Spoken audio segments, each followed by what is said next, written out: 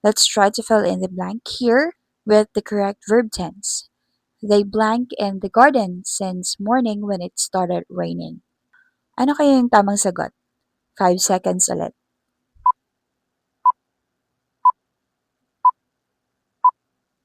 I-try natin i-analyze yung sentence. Nakikita natin na may dalawang actions na nangyari in the past. If you can still remember my video about the tense aspect combination, na-discuss ko doon yung different tenses, including the perfect progressive. So, kung may dalawang actions na nangyari in the past, dalawa lang yung pwedeng maging sagot. Either past perfect or past perfect progressive. So, yung action na nangyari, yung unang action na nangyari is playing. Pero hindi natin alam kung anong tense. Malalaman lang natin yung tense sa unang action dahil sa phrase na to, since morning, meaning ongoing siya. Like tuloy-tuloy na nangyayari at that point. Tapos, may nangyayari ulit na isa pang action, which is yung umulan, raining.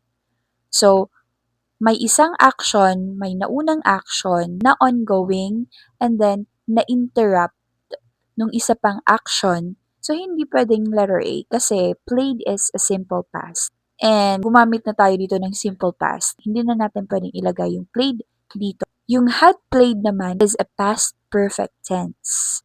Pag sinabi nating perfect, meaning prior, nangyari before a specific point, which is yung pangalawang action. Pero, yung past perfect kasi, na-stop na siya bago nangyari yung isa pang action.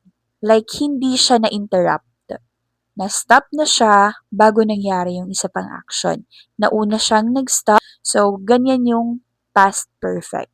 Na-stop na siya bago nangyari yung isa pang action. Yung have been playing naman is a present perfect progressive. Hindi natin siya pwedeng ilagay dito kasi we are talking about past actions. Okay? So, ginagamit lang natin ito kung may ongoing na nangyayari sa mismong oras na yon, okay? Sa present time. So, dito, it's all about past actions, past events. Yung letter D naman is a past perfect progressive.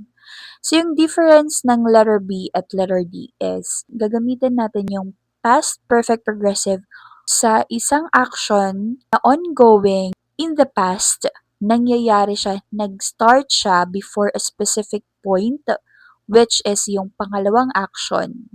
Okay? Nag-start siya before a specific point and was ongoing at that time. Okay?